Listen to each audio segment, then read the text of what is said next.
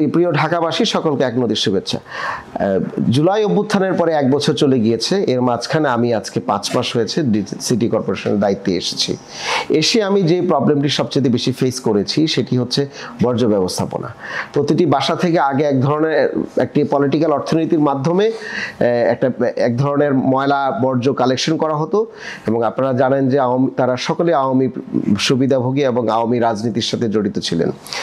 এখন এই মুহূর্তে যে একটি অব্যবস্থাপনা এই শহরের মধ্যে বর্জ্য ব্যবস্থাপনায় আছে, বিশেষ করে বাসা বাড়ির বর্জ্য যারা কালেকশন করছেন তারা ঠিক এক একটা এলাকায় এক এক ধরনের দর তারা ঠিক করছেন, কারণ তারা সিটি কর্পোরেশন থেকে কোনো ধরনের অনুমতি না নিয়ে এই কাজগুলো করছেন। সুতরাং নাগরিকদের থেকে আমাদের কাছে জিজ্ঞেস করা হচ্ছে যে আমরা কত টাকা আসলে দিব। অতীতে একসময় যখন আমার পূর্ববর্তী সময়ে আনিসুল হক সাহেব ছিলেন, তিনি ওই সময় একটি মূল্য নির্ধারণ করে দিয়েছেন যে প্রতি বাড়ি থেকে 100টা টাকা করে দেওয়া হবে এবং সেই টাকাই হবে সর্বোচ্চ মানে নির্ধারিত ময়লা কালেকশনের রেট। এরপর অনেক দিন সময় চলে গিয়েছে, গুলশানে একটা রেট ধরা হচ্ছে, মোহাম্মদপুরে এক ধরনের এক রেট ধরা হচ্ছে, একই মোহাম্মদপুরে এক এক রোডে এক এক ধরনের রেট কিন্তু যে যার ইচ্ছা মতো দিচ্ছেন।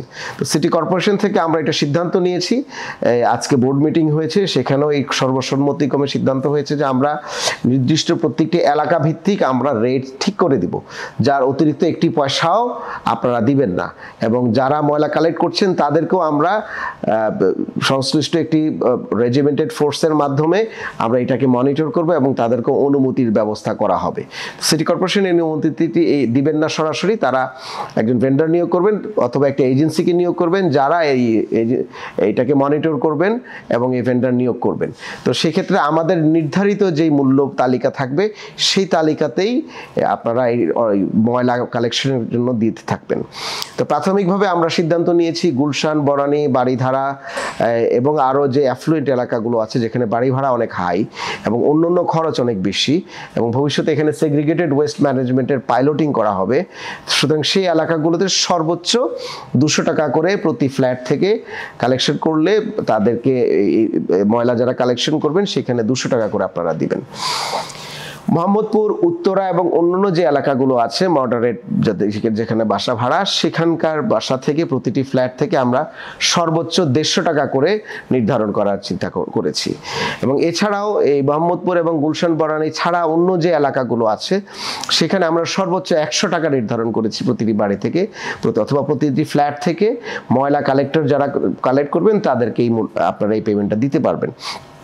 এরপরও আমাদের ওয়েবসাইটে সম্পূর্ণ নোটিশ আকারে আমরা এই পুরো মূল্য তালিকা এবং এলাকা ভিত্তিক যারা কাজ করবেন তাদের জন্য এটা আমরা টাঙিয়ে দিব এবং একটি সার্কুলার জারি করব।